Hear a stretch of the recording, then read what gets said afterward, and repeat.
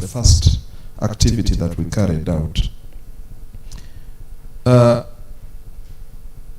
We decided to strengthen the Muslim Students Association in various institutions. If you go to those, any institutions, even if it is a Catholic or Protestant institutions, wherever Muslim students are in those schools, you will find they have the association called Musao. They have Mumsas, the word, it's there. So we've strengthened them by giving them the skills on how to handle the SRH. And they've been doing so great.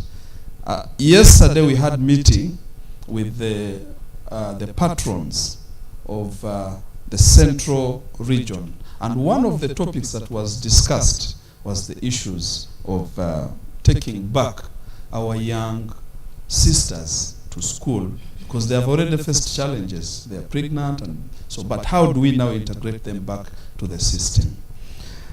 We've also realized that there was already a problem that some of the young girls who have given birth and they have that bit of challenge, others will not wish to go back to school because you don't force them. So His Eminence the Mufti decided that let us open up a skilling training center at headquarters, which is now functioning, and so far we are training many young girls on different skills. It's moving on. It's now kind of economic empowerment for our sisters. Then in our health facilities, we've been providing them with all the health services, the guide, counselings, and what you know, we have all over the country have health facilities, and we've been working closely with them. We've also realized, you know, the COVID taught us some good lesson.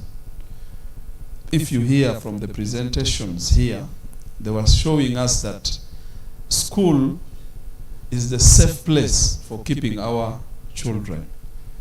So we've realized, His Eminence realized that there was a problem with our families. Because all along we used to know that the first school is what? Our homes. Now, why is it that even we are fearing to take up our responsibility, and you know, we even chase the students, you go back to school. When is it? When are they opening schools? Let them go there.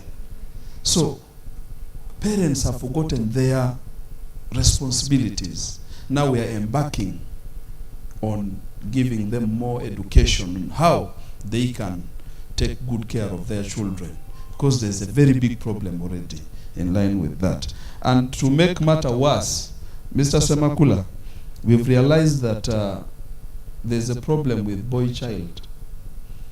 I think because we've given more time to the girl child, empowered them, now they have grown up, they're educated, you know, they are working in big offices. That's why you hear in, is it Bukede TV, men coming and trying to, you know, there's a program, Abanyonya, you know, say, I want a lady who is very rich, who is having money, they don't want to work and earn a living so that they can also take care of their families, but they want to get the ones that have. So it has been a problem, and we are trying to see how best we can address some of these challenges, because we are having a lot of single mothers now all over the country. So we are trying to work on that. Now, let me go to the challenges briefly. One, as we've said, the toolkit. We are in need of the toolkits. Please provide us with the toolkits. We need to look through it and come up with the we want to either Islamize it or Christianize. How do you say? Yes. So that we can have a document that can be, you know, accepted by everyone. So we request you to provide us those documents. Our sheikhs, through our structures, we've realized that they lack knowledge about the SRH. So we need to carry out more trainings so that we empower them on the rights of these young children. Funding has been a problem, and it is. Therefore, I would request, as one of the way forward, can't our brothers, the SRHR Alliance, can't we work as a consortium, come up with the project proposal, all of us as a team, and we look for funding so that we can work together as a team. The reason why I like you people, we have been moving around with my colleagues here, you can see them, but the civil society organizations have been attacking us. In fact, whenever we go for their meetings, it's a game of blame, all on what? On religious institutions. But now here, we can sit together, we interact, we dialogue, which is really very, very healthy. And if you have that approach, I'm sure we shall achieve a lot.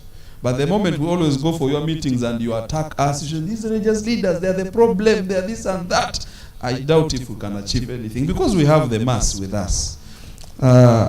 Briefly, that is what I can say. I thank you all. We are ready to continue with the partnership. I thank you.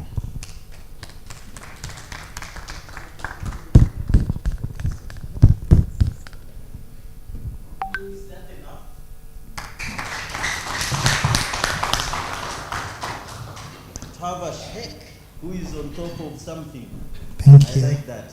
Thank you so much. Thank you. I want to thank my brother, and I want to appreciate on the last point he said that we are not very comfortable in meetings where we are in blame games. And I'm glad you've been very honest, Baz, of this alliance. Please. Actually, there are some members, Reverend Eva, that we don't see face to face now.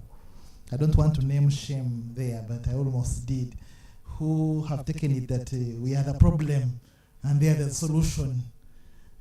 But the alliance team members can come to me and I'll tell them to them.